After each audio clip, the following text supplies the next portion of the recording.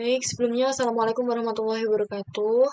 Perkenalkan, nama saya Salawata Skilatul Aula dengan NIM 2207016076. Jadi di sini saya akan menjelaskan tentang gerontologi lansia, pertemanan, percintaan, dan dinamika keluarga.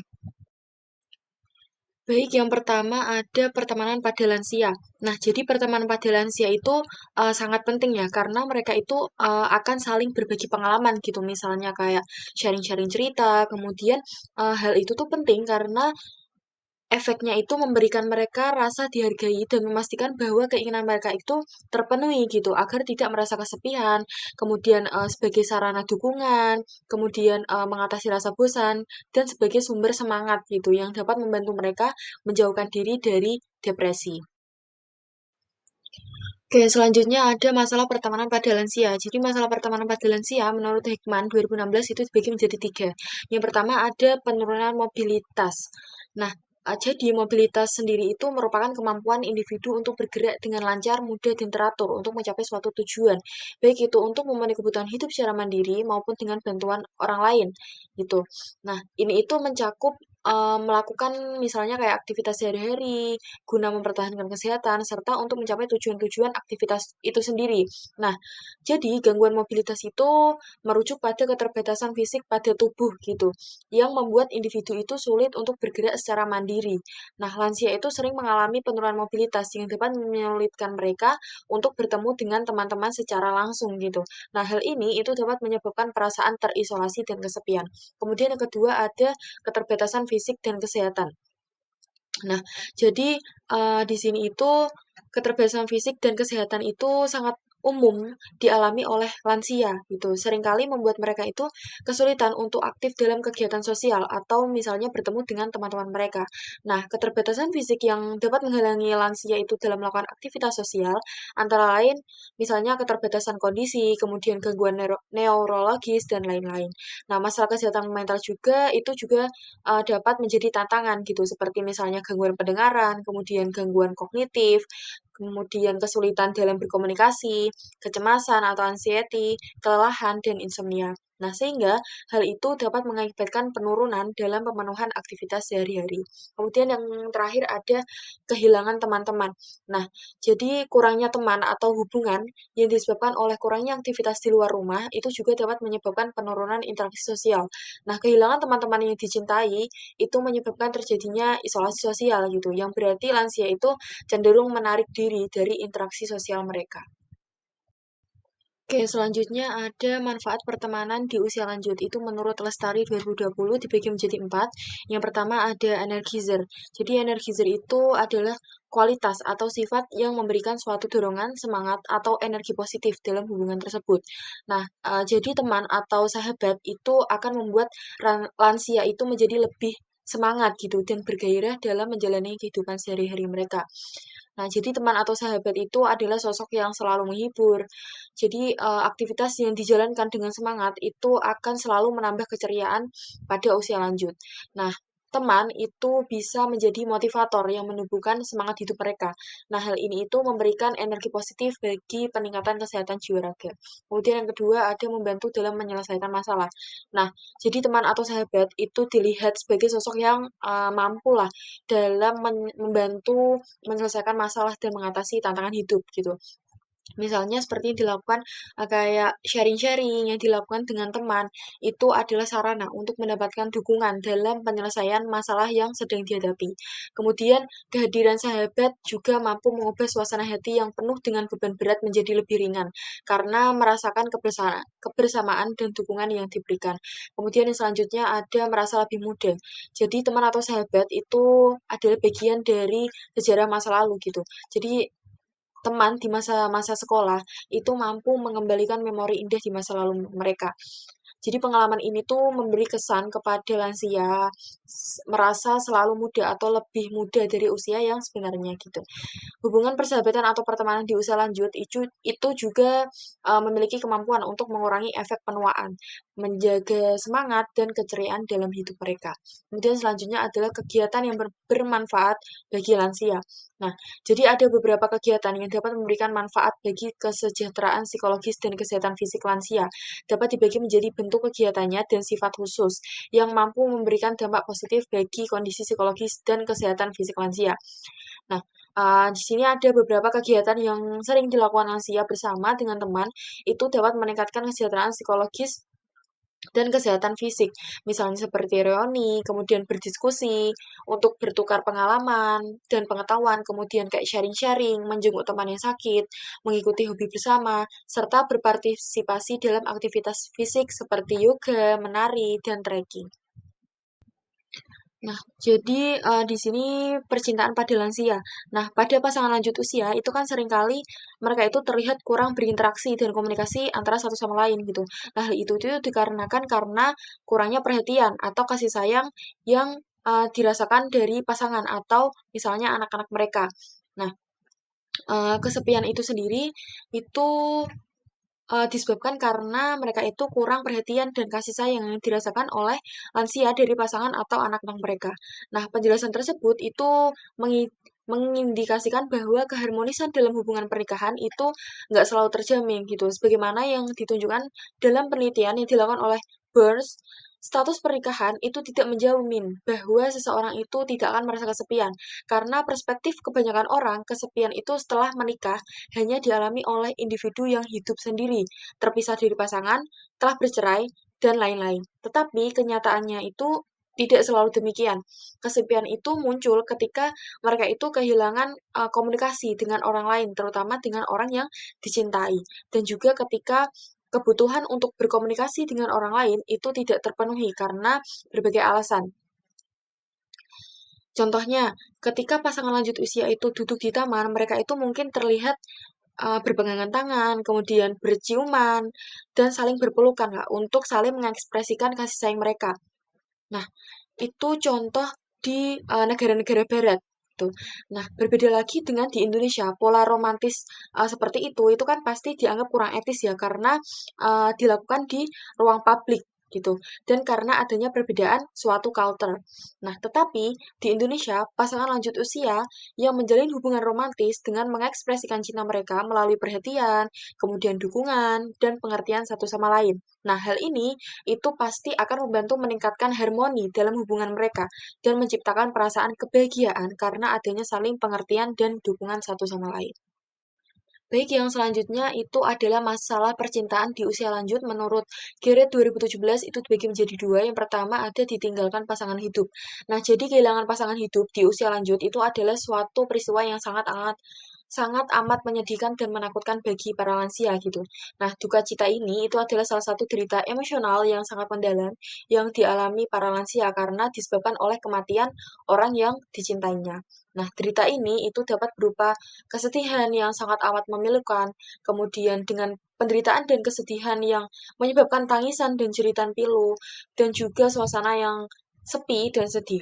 Nah, mereka itu juga merasa kehilangan tempat berbagi suka dan duka, sehingga akan dirasa seperti kehilangan segala-galanya. Nah, ini itu merupakan suatu perpisahan yang sangat berat gitu. Mereka itu nggak mau mempunyai mempunyai siapa-siapa lagi gitu, seperti kehilangan bagian dari dirinya sendiri. Nah, hal ini itu dapat menyebabkan stres yang berat dan akhirnya akan menjadi kehilangan semangat hidup. Kemudian yang selanjutnya ada penurunan disfungsi seksual.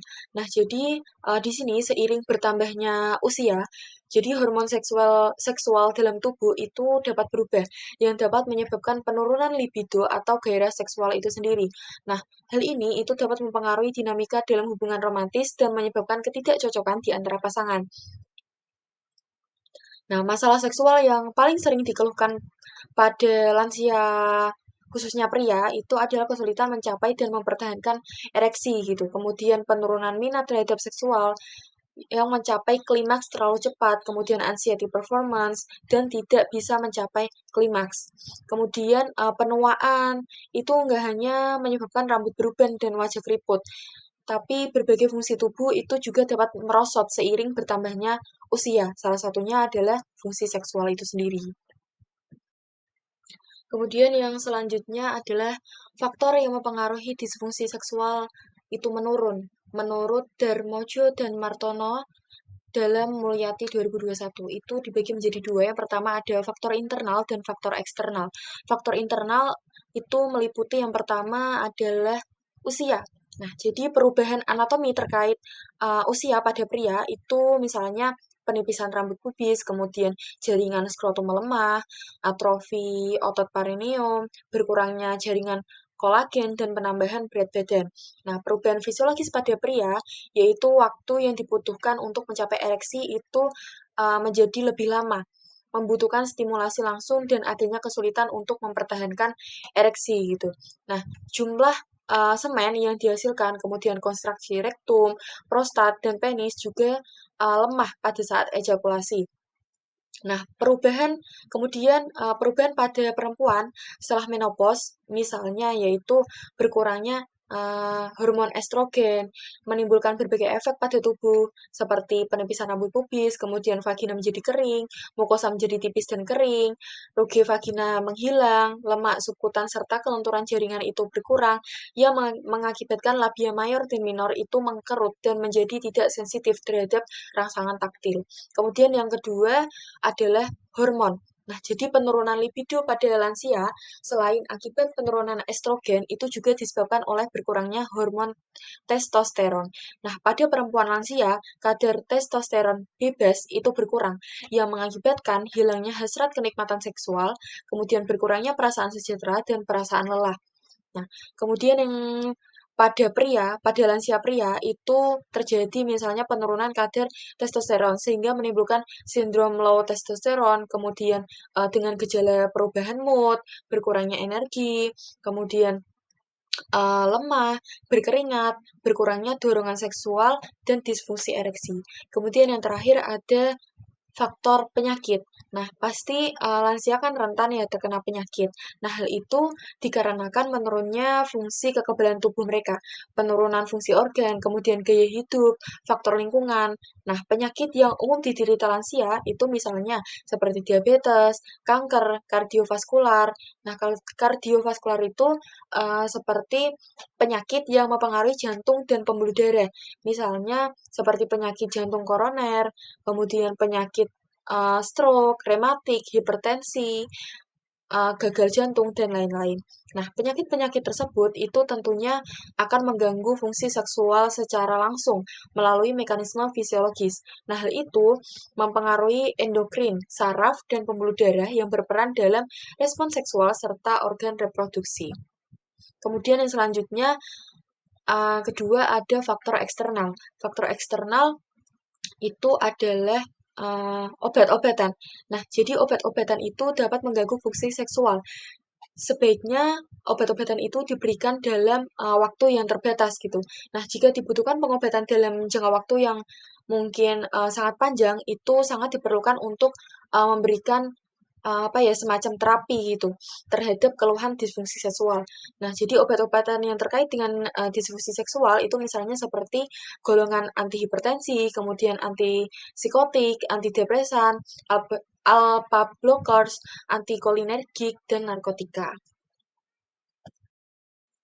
Baik, yang selanjutnya ada dinamika keluarga. Nah, jadi keluarga itu kan orang yang paling dekat hubungannya dengan lansia. Nah, jadi sumber dukungan dalam keluarga itu meliputi misalnya suami, istri, dan anak. Nah, oleh karena itu, semakin kuatnya dukungan sosial yang diberikan oleh keluarga kepada lansia, itu meliputi rasa cinta, rasa kasih sayang, dan kepedulian itu akan menjadi sebuah model agar lansia itu mampu merasa terhibur dan mengurangi perasaan kesepian yang dialaminya. Nah, jika seorang lanjut usia itu tinggal atau hidup bersama dengan keluarganya, maka keluargalah yang akan menjadi sumber dukungan sosial yang utama. Menurut Taylor 2012, pada dasarnya dukungan sosial itu akan jauh lebih berarti atau berharga jika yang memberikan dukungan tersebut itu adalah seseorang yang mempunyai hubungan dekat dengan orang yang bersangkutan, misalnya seperti keluarga itu sendiri. Nah, jadi konteks dari keluarga di sini itu adalah unit atau sumber utama yang sangat berarti dalam pemberian dukungan sosial kepada seseorang. Nah, jadi keluarga itu juga kadang menganggap bahwa lansia sikapnya seperti anak kecil gitu. Kadang juga keluarga itu akan bertengkar dengan lansia karena ada salah paham, ada perbedaan pendapat gitu, yang membuat mereka itu ribut atau bertengkar. Nah, hal ini itu seringkali membuat keluarga itu salah gitu dalam merespon keadaan karena tidak mengetahui bahwa ada perubahan pada lansia gitu. Kondisi menua lansia memang tidak dapat dipulihkan kembali atau tidak dapat diregenerasikan kembali. Karena secara konteks sih, perkembangan proses menua pada lansia itu merupakan kondisi akhir dari proses perkembangan manusia. Kemudian yang selanjutnya adalah kunci utama dalam perawatan lansia menurut Rika Juwita dan Sofia 2022. Jadi yang pertama ada menerima kondisi lansia. Nah, jadi terima saja bahwa kondisi lansia itu sudah tidak lagi seperti di masa 5 atau 10 tahun sebelumnya gitu.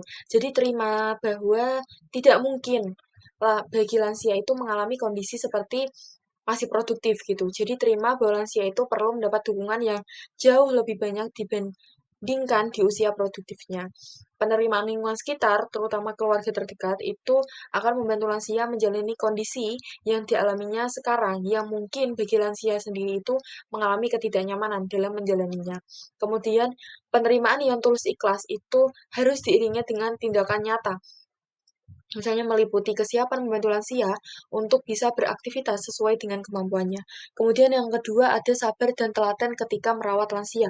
Nah, karena kondisi lansia itu yang sering mengalami perlambatan dalam pergerakan sehingga membutuhkan waktu yang lebih lama untuk menyelesaikan suatu kegiatan. Sekalipun kegiatan yang paling sederhana pun. Nah, jadi fungsi keluarga di sini itu memenuhi kebutuhan lansia, baik itu kebutuhan sandang, pangan maupun papan. Nah, di samping itu, pentingnya keluarga itu dalam menjalankan peran yang sangat penting dalam perawatan lansia yang tinggal di rumah. Jadi, misalnya lakukan berbagai aktivitas sesuai dengan kemampuan yang dimiliki oleh lansia itu sendiri. Biasakan juga untuk melakukan seperti aktivitas fisik yang sederhana, karena hal itu akan membantu lansia untuk terus bergerak dan berdaya sesuai dengan kemampuannya. Kemudian, aktivitas fisik itu sangat penting perannya, terutama bagi orang yang lanjut usia gitu. Dengan melakukan aktivitas fisik, maka lansia itu dapat mempertahankan dan meningkatkan derajat kesehatannya. Contoh aktivitas fisiknya seperti misalnya berjalan kaki, kemudian senam ringan, yoga, ataupun bersepeda. Baik, selanjutnya adalah cara merawat lansia menurut Rika Juwita dan Sofia 2022. Yang pertama adalah memperhatikan tipe kepribadian lansia. Nah, hal ini tuh penting untuk membantu perawatan dan perlakukan sesuai dengan kepribadian lansia.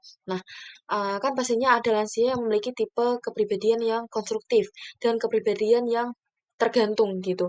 Nah, jadi kalau konstruktif itu dia itu akan lebih mandiri, akan memberikan luang kepada keluarga dan lingkungan dengan memberikan perawatan yang cenderung mudah dibandingkan tipe kepribadian yang tergantung.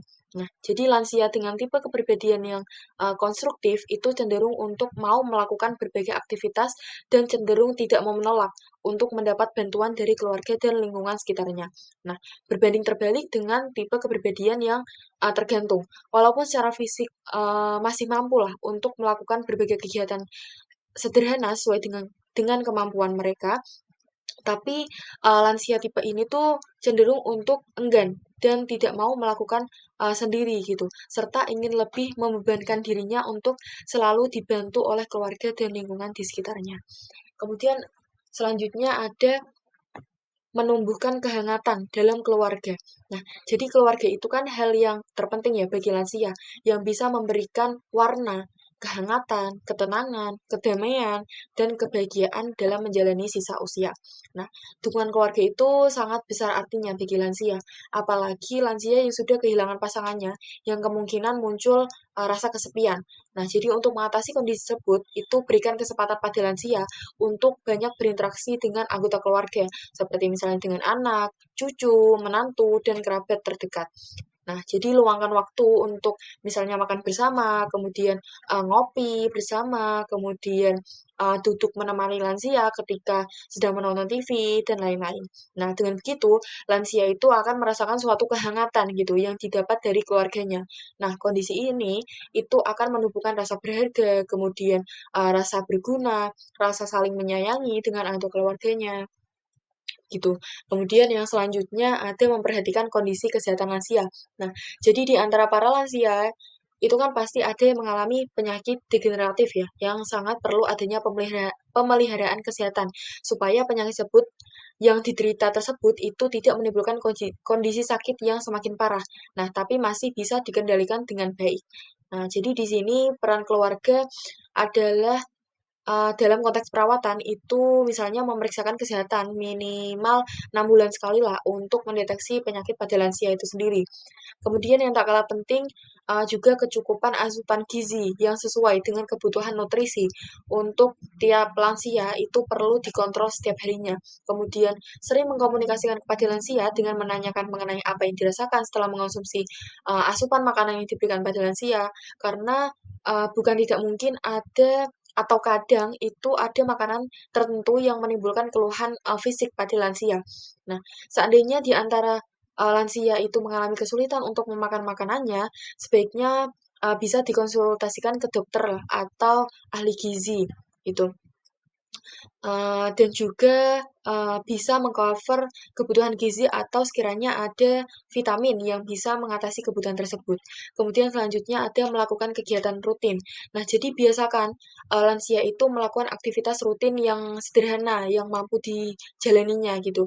Seperti misalnya ketika hendak makan, biasakan lansia itu untuk mengambil makanannya sendiri gitu dan memakan makanannya sendiri. Setelah selesai makan, biasakan juga agar lansia itu menyimpan bekas peralatan makanan pada tempatnya. Nah, kemudian contoh lagi misalnya ketika hendak mandi dan mengganti pakaian. Nah, hendaknya itu selalu diingatkan bila tidak memungkinkan untuk melakukan mandi sendiri, maka bisa dibantulah tanpa mengabaikan aktivitas mandi lansia gitu. Kemudian bisa juga lakukan juga misalnya aktivitas fisik yang sederhana setiap hari sesuai dengan kemampuan lansia. Seperti misalnya jalan-jalan ringan di sekitar rumah, sekitar 10-20 menit, kemudian bisa berjemur, menggerakkan anggota tubuh, mengepalkan dan membuka jari tangan, kemudian sambil duduklah di kursi dengan bersandar, rileks, menggoyangkan kaki secara perlahan, menggerakkan kepala, bahu, tangan gitu. Kemudian selanjutnya perhatikan pola tidur lansia. Nah, jadi pola tidur yang baik itu akan membantu lansia untuk menjaga kesehatannya agar lebih stabil gitu. Tapi kebanyakan lansia itu mengalami masalah dalam pola tidurnya. Banyak lansia yang mengalami gangguan dalam pola tidur, seperti jam tidur yang tidak teratur, kemudian mengubah tidur malam jadi siang, sehingga malam itu jadi kurang tidur gitu, atau jam tidurnya itu berkurang. Nah, solusinya adalah keluarga itu selalu bersabar untuk mengingatkan kapan waktunya tidur, kapan waktunya bangun, kapan waktunya makan gitu. Jadi bujuklah secara perlahan gitu, tanpa memaksa dan menggunakan dan tentunya menggunakan intonasi suara yang lembut gitu. Kemudian yang selanjutnya terakhir ada melakukan komunikasi. Nah, jadi komunikasi itu adalah salah satu sarana yang penting lah untuk melatih kemampuan berpikir lansia agar lansia itu tidak mengalami kebuntuan dalam berpikir. Jadi sebisa mungkin itu luangkan waktu untuk ngobrol, berbagi cerita, sharing-sharing, kemudian siap mendengarkan cerita lansia walaupun apa yang diceritakan pada lansia itu bisa kejadian masa lalu atau menceritakan suatu cerita yang berulang gitu atau terus-terusan. Nah, jadi lakukan komunikasi dengan tenang, intonasi yang lembut, mendatar, pengucapan kata-kata yang lembut, tidak bertele-tele, dan usahakan untuk menatap wajah. Nah, ketika melakukan komunikasi dengan lansia, lakukan terus komunikasi lansia, walaupun seringkali lansia itu lebih suka memilih topik sendiri gitu dalam berkomunikasi atau menceritakan sesuatu yang tidak difahami gitu. Nah, jadi intinya terima saja karena itu adalah bagian dari proses penurunan yang terjadi pada lansia. Nah, jadi sabar untuk tidak menolak secara konfrontal gitu. Kalaupun ingin meluruskan pembicaraan lansia yang enggak terarah, jadi bisa lakukan dengan bicara secara lembut dan perlahan. Baik, sekian yang dapat saya sampaikan. Kurang lebihnya mohon maaf. Wassalamualaikum warahmatullahi wabarakatuh.